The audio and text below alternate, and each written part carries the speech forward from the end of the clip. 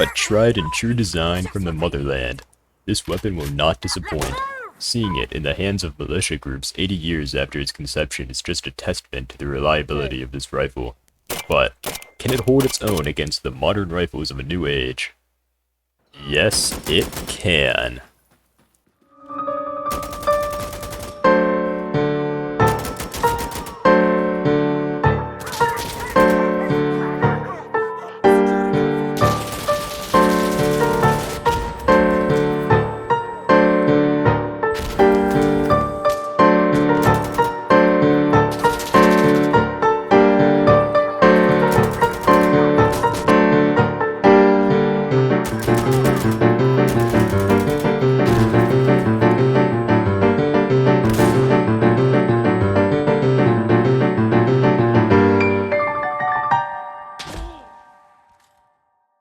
Commonly confused with the AK-47, the AKM is a Soviet firearm made as an improvement of the original, which most notably features a stamped receiver rather than a milled one for ease of production, as well as slightly reduced recoil due to a rudimentary built-in muzzle device.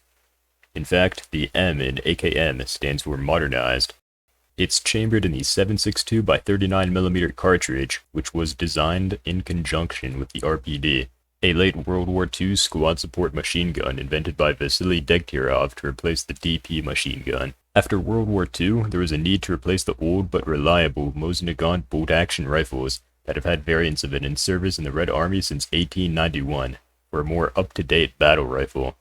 Thus, the SKS was created as a general-purpose semi-automatic rifle that most infantry would be using, and the AK-47 was meant to be introduced in a sort of submachine gun role, as it featured a 30-round magazine with a fast fire rate, which was relatively uncommon for an infantry gun at the time. However, the Soviets quickly learned that the AK-47 basically made the SKS obsolete, since it could do everything the SKS could, plus more. This has got to be the most realistic AKM I've seen in any video game. A lot of them give the AKM unreasonable recoil with terrible accuracy due to it being commonly used as a beginner gun. However, in Insurgency Sandstorm, the AKM is actually quite controllable and can still compare to the AR-15 pattern rifles in terms of accuracy. The AKM could be considered as the baseline primary weapon for the Insurgent Rifleman class. It comes in at a very average cost of 3 supply points, and it features a mediocre fire rate of 600 rounds per minute. However, it boasts above average damage for its price tag because it's the only rifleman gun to use 7.62x39, which does more damage than the 5.56x45 that is commonly found on almost every other assault rifle.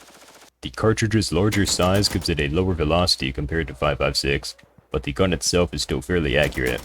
As for the reloads, the double tap is particularly quick and unimaginably satisfying to watch and hear because of how your character grabs the new magazine and flicks the old one out with one clean motion, but if a drum magazine is equipped, then the reload animation is slowed significantly.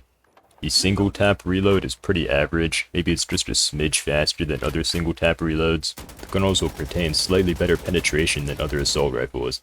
The higher damage and penetration are only beaten out by the G3 and FAL. But those are full-blown battle rifles which shoot an even larger bullet. The reason I called it the baseline for the rifleman class is because it is good in nearly any situation but doesn't really excel anywhere either. Other guns may be more specialized towards a certain task, like the VHS-2 for closer range combat or the M4A1 for beaming people across the battlefield effortlessly, but these guns have a higher cost and sacrifice some damage. So this next segment is dedicated entirely to the recoil controllability of this gun. As I said before, I think Insurgency Sandstorm does a fantastic job at accurately portraying the AKM in-game.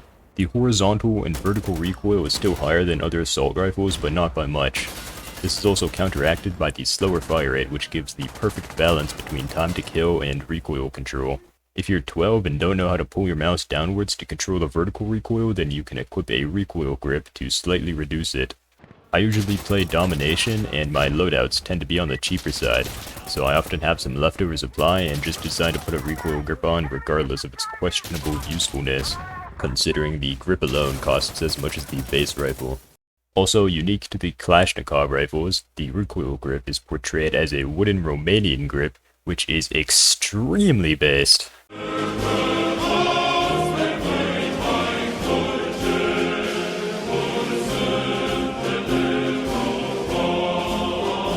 so that's honestly 90% of the reason I'm using one anyways. Compensator can also reduce horizontal recoil, but this also costs 3 supply just like the grip, and the amount of horizontal recoil being reduced is negligible. And unlike the grip, I think the compensator looks very strange and out of place on this gun, so I only use it if I have an abundance of supply left over after finishing my loadout. Speaking of attachments, there's a surprising amount of customizability in-game. You can turn your AKM into a makeshift squad support weapon with the 50-round drum magazine and bipod, or go for a deranged DMR roll with the PSO scope and aiming grip. Ew, you nasty ass bastard! But for general use, I really prefer the 1.5x zoom PKAS scope because it gives enough extra zoom to be effective at longer range, while not lowering your ability to fight in close quarters. The PKAS and OKP7 also have a special mount, which allows them to have a smaller profile, and it also mounts the reticle of the sight off-center from the rifle, which effectively changes nothing, but I think is still a nice detail. The iron sights, however, is still very good and definitely a favorite of mine. They have a flat profile, which is good for maintaining field of view, but the small opening can be an issue at farther distances. But really, the AKM doesn't even need any attachments to be effective anyways. This Magpul handguard looks pretty cool. Yet! Rifle is fine! But I just wanted to... Rifle is fine. Unlike other assault rifles, like the FAMAS, which I believe really benefits from a compensator and red dot sight at the bare minimum. This gun is great to use as a cheap but effective primary if you want to spend the majority of your credits elsewhere. For example, if you're a demolition man, then you can equip an RPG and a heavy carrier while still having a good assault rifle for a low price. Whereas other guns may require some attachments in order to be effective, the AKM is perfectly fine with nothing but a magazine. Using this gun in battle is pretty straightforward. It's easy to learn for beginners and remains effective for higher skilled individuals. It's in fact so straightforward that I genuinely cannot think of anything else to say here, so enjoy this 30-second chunk of awkward silence as you watch my subpar gameplay.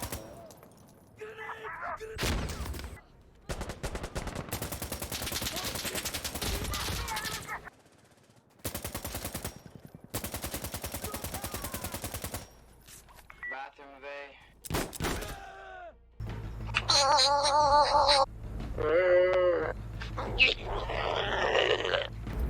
Sure, Chris, I don't know if you know this, but you are in fact hot micing as of right now. However, your whistling is fantastic.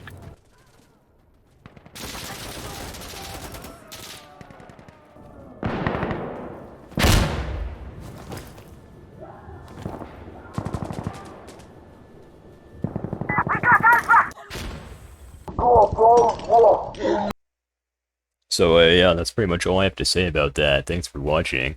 I actually meant to keep this a sort of series just entirely Phantom Forces, but I decided to spread it to other games too. It's probably going to stay mostly Phantom Forces, Insurgency, Sandstorm, and maybe, I don't know, a couple others. I'm not sure yet. Basically, it's a series to showcase some cool guns in a variety of games I play, because I just think it's cool. That's pretty much all I have to say though, so see ya.